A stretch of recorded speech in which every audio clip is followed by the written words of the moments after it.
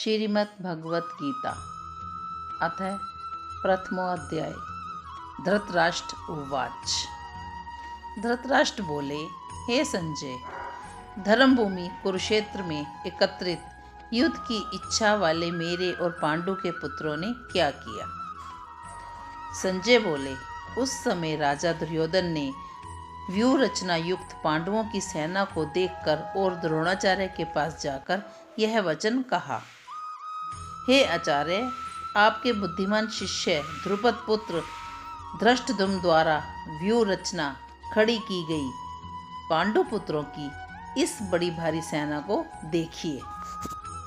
इस सेना में बड़े बड़े धनुषों वाले तथा युद्ध में भीम और अर्जुन के समान शूरवीर, सात्विक और विराट तथा महारथी राजा द्रुपद, धूमकेतु और चेकितान तथा बलवान काशीराज, पुरोजित, कुंती भोज और मनुष्यों में श्रेष्ठ शैब्य, पराक्रमी युधामन्यु तथा बलवान उत्तम मौजा सुभद्रा पुत्र अभिमन्यु एवं द्रौपदी के पांचों पुत्र, ये सभी महारथी हैं। हे ब्राह्मण क्षेत्र, आपने पक्ष में जो भी प्रधान है उनको आप समझ लीजिए। आपकी जानकारी के लिए मेरी सेना के जो सेनापति हैं उनको बतलाता हूँ। और भी मेरे लिए जीवन की आशा त्याग देने वाले बहुत से शूरवीर अनेक प्रकार के शस्त्र शास्त्रों से सुसज्जित और सब के सब युद्ध में चतुर हैं। भीष्म पितामह द्वारा रक्षित हमारी यह सेना सब प्रकार से अजय है और भीम द्वारा रक्षित इन लोगों की यह सेना जीतने में सुगम है।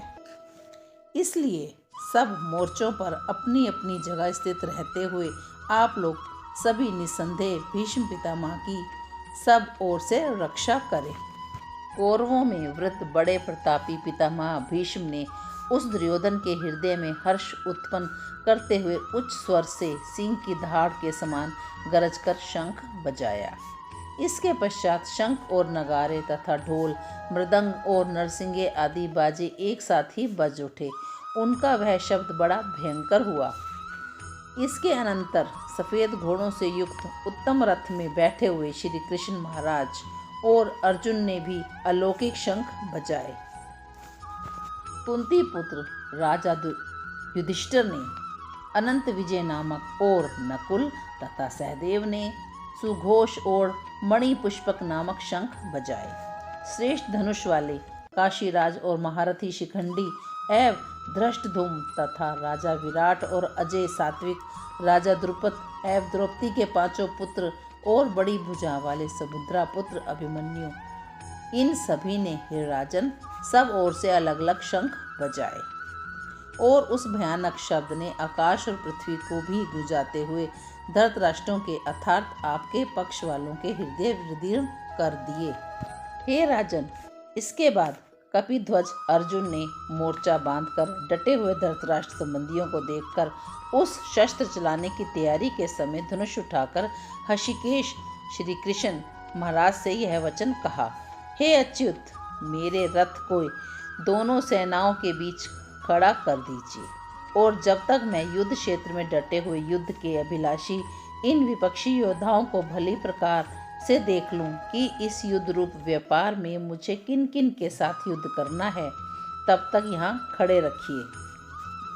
संजय बोले, हे धृतराष्ट्र, अर्जुन द्वारा इस प्रकार कहे गए महाराज श्री कृष्णचंद्र जी ने दोनों सेनाओं के बीच में भीष्म, द्रोणाचार्य सामने तथा संपूर्ण राजाओं के सामने उत्तम रथ को खड़ा करके इस प्रकार कहा कि हे पार्थ, युद्ध के लिए जुटे हुए इन कौरवों को देखो।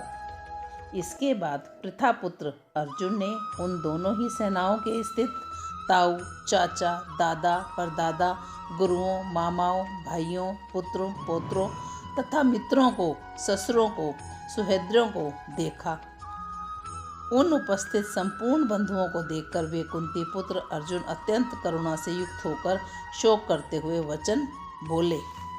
अर्जुन बोले, हे कृष्ण, युद्ध क्षेत्र में डटे हुए युद्ध के अभिलाषी इस स्वजन समुदाय को देखकर मेरे अंग शिथिल हुए जा रहे हैं और मुख सूखा जा रहा है तथा मेरे शरीर में कंप और रोमांच हो रहा है।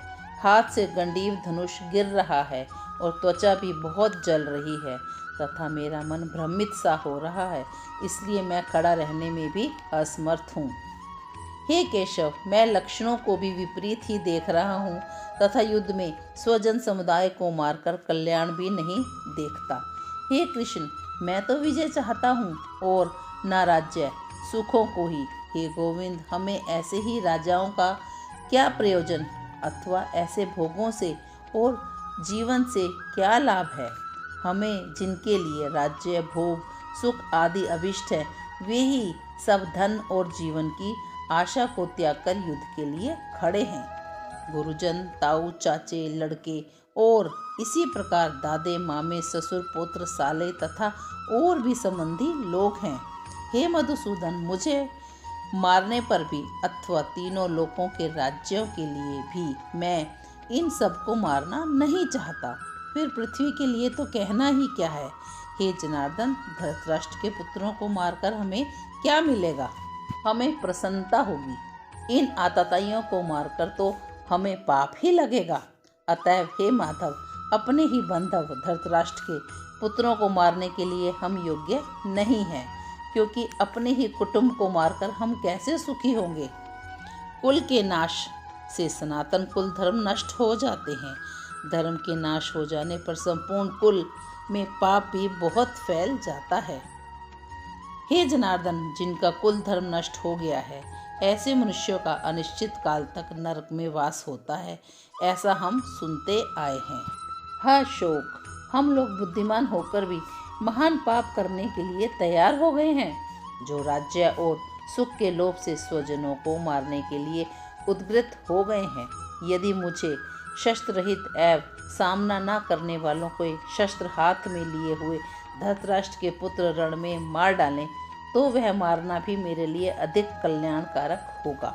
संजय बोले, रणभूमि में शोक से उद्विग्न मन वाले अर्जुन इस प्रकार कहकर बाण सहित धनुष को त्याग कर रथ के पिछले भाग में बैठ गए।